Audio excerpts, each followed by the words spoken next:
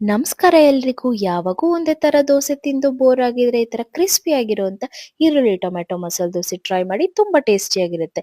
ಇದನ್ನ ಮಾಡ್ಲಿಕ್ಕೆ ಒಂದು ಮಿಕ್ಸಿ ಜಾರ್ಗೆ ಈರುಳ್ಳಿ, ಟೊಮೆಟೊ, ಶುಂಠಿ, ಬೆಳ್ಳುಳ್ಳಿ, ಒಂದ್ 4 ಬ್ಯಾಡಗಿ ಮೆಣಸಿನ್ಕಾಯಿ, ಜೀರಿಗೆ, ಉಪ್ಪು ಹಾಕೊಂಡು ಚೆನ್ನಾಗಿ ಗ್ರೈಂಡ್ ಮಾಡ್ಕೊಳ್ಳಿ.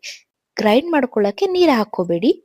ಗ್ರೈಂಡ್ ಮಾಡ್ಕೊಂಡಿರೋ ಪೇಸ್ಟ್ ನ ಮೊದಲೇ ರೆಡಿ ಇರೋಂತ ದೋಸೆ ಬ್ಯಾಟರ್ ಹಾಕೊಂಡು ಸ್ವಲ್ಪ ಕಟ್ ಮಾಡ್ಕೊಂಡಿರುವಂತ ಕೊತ್ತಂಬರಿ ಹಾಕೊಂಡು ಚೆನ್ನಾಗಿ ಮಿಕ್ಸ್ ಮಾಡ್ಕೊಳ್ಳಿ. ಕಾಯ್ತಿರೋ ಹೆಂಚ್ ಮೇಲೆ ದೋಸೆನ ಎಷ್ಟು ತೆಳ್ಳಗಾಗುತ್ತೋ ಅಷ್ಟು ತೆಳ್ಳಗ್ ಹಾಕೊಳ್ಳಿ. ನಿಮ್ಗೆ ಮಂದಕ್ ಬೇಕಂದ್ರೆ ಮಂದಕ್ ಬೇಕಾದ್ರೂ ಹಾಕೋಬಹುದು. ಇದ್ರ ಮೇಲೆ ಸ್ವಲ್ಪ ತುಪ್ಪ ಹಾಕೊಂಡು ದೋಸೆ ಕಲರ್ ಚೇಂಜ್ ಆಗ್ತಿದೆ ಅಂತಂದಾಗೆ ದೋಸೆನ ಹೆಂಚಿಂದ ತೆಗೆದ್ರೆ ಈರುಳ್ಳಿ ಟೊಮೆಟೊ ಮಸಾಲೆ ದೋಸೆ ಸವಿಯಲು ಸಿದ್ಧ. ಇದನ್ನ ಚಟ್ನಿ ಪಲ್ಯ ಇಲ್ದೇನೂ ತಿನ್ಬೋದು.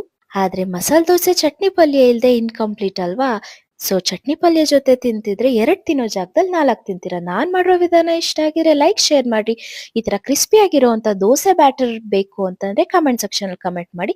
ನೆಕ್ಸ್ಟ್ ವಿಡಿಯೋದಲ್ಲಿ ಅಪ್ಲೋಡ್ ಮಾಡ್ತೀನಿ. Thank you.